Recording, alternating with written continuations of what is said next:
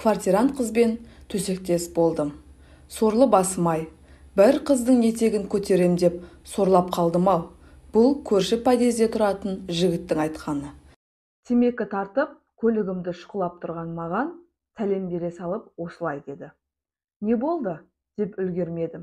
Әңгімені асығыс-үсігіс өзі бастап кетті.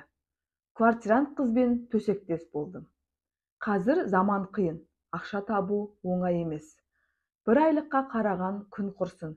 Мына пәтерді кредитке алғалы бері кредитін төлеу қиынға соқты.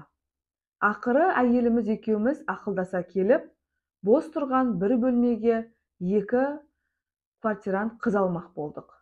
Ондағымыз табатын табысымыз кредитке кетсе де, қыздардың берген ақшасы шай пұлымызға жететін шығар деген үміт еді. Алғашында жас отбасын алсақ па деп ойладық. Бірақ олардың келер-кетер қонағы, ертең бөпесі болады, үйіміздің опыр-топырын шығарады деп ойлай келе, бір бөлмеге 2 қыз алдық. Бар пәле содан басталды. 2 қыздың бірі байдан шыққан жас келіншек еді. Бір сыдырғы түрі сымбатты болған соң, кейде көзіміз түйісіп қалып жүрді. Оған да сәл керек пе, әйелімнің көзін ала бере, маған ішіп жеп қарайды. Бір түрлі екен. Кейде әйелім үйде болмай, мен жалғыз қалсам, шай қойып, мені бірге ішуге шақырып жүрді. Қазақтың тана көзін сүзбесе, бұқа жібін үзбейді деген рас екен. Өзі сүйкеніп, өліп жүрген келіншекті үйде ешкім жоқ кезде қолынан тартып, өзіме икемдеп едім, қойныма кіріп кетті. Ары қарай түсінікті ғой енді. Еркек емеспін бе? Содан бастап үйде оңаша қалсақ, квартирант келіншекпен құшағым айқаса кетіп жүрді. Мұның соңы басыма пәле болып, жапсатынын білсемші. Бірде жалаңаш құшақтасып жатқанымда, ұялы телефоныма түсіріп алып едім. Ыстық құшақта елтіп жатып, өшіруді ұмытып кетіппін. Содан кешке әйелім бір жерге хабарласайын деп телефонымды сұрап алған. Теледидар көріп, кішкене қызымды құшақтап жатқан едім. Әйелімнің жан даусы шықты.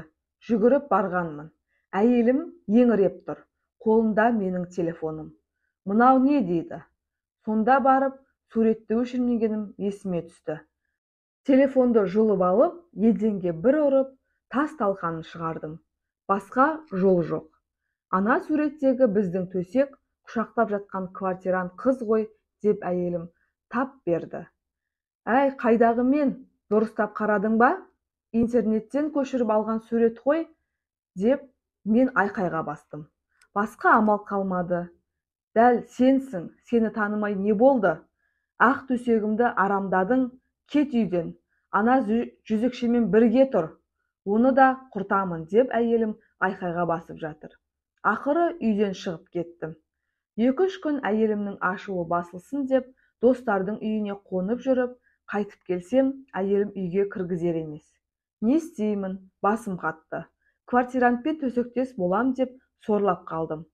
Мұның айтып, зарланып тұрған көрші жігітке ештеңе айта алмадым. Не деймін?